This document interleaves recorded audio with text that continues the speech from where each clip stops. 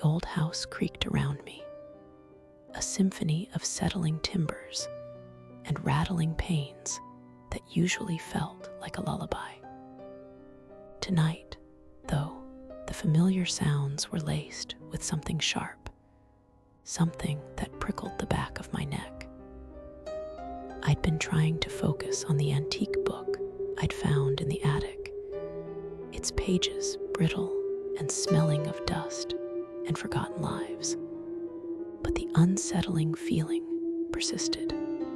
It started subtly, a shadow that seemed to linger too long in my peripheral vision, a floorboard groaning when no one was there. It was late, well past midnight. The wind outside had picked up, howling like a tormented spirit through the ancient oaks that clawed at the sky. I told myself it was just the storm, just the house playing tricks on me. But then I heard it, a faint, rhythmic scraping coming from downstairs, near the back door.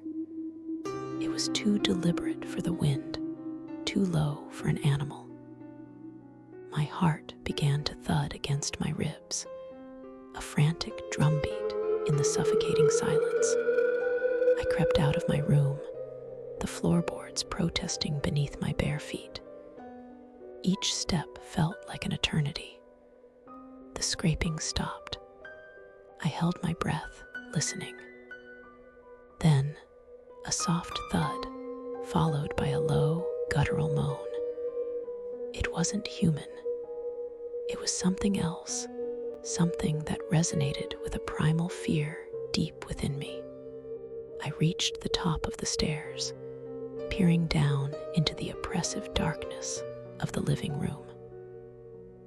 A sliver of moonlight cut through the gap in the heavy curtains, illuminating the scene below. And that's when I saw it. The shadow in the corner wasn't just a shadow. It was a hunched form, cloaked in an impossibly deep darkness that seemed to absorb the scant light. It moved with a jerky, unnatural grace, its limbs elongating and contorting in ways that defied logic. As it turned, I saw a flash of something pale and wet, a face, or what was once a face, now a twisted mockery of human features, stretched and contorted as if frozen in an eternal scream. Its eyes, if you could call them that, were two pinpricks of malevolent light, burning with an unholy hunger. It raised a long, skeletal hand, its fingers tipped with needle-sharp claws, and traced a symbol on the floorboards. As it did, the wood seemed to darken and warp, as if the very substance of the house was recoiling from its touch.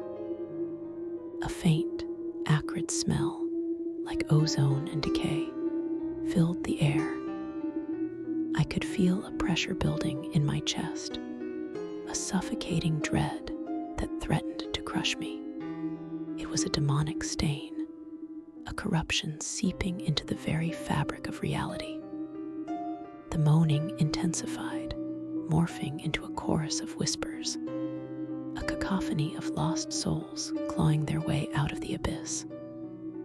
I wanted to scream, to run, but my body was paralyzed, a prisoner to the horror unfolding before me. The entity's gaze, cold and ancient, locked onto mine.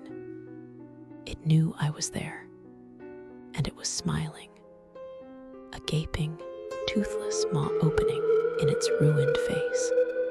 The whispers grew louder, coalescing into a single, chilling thought that echoed not in my ears, but directly into my mind. You are next.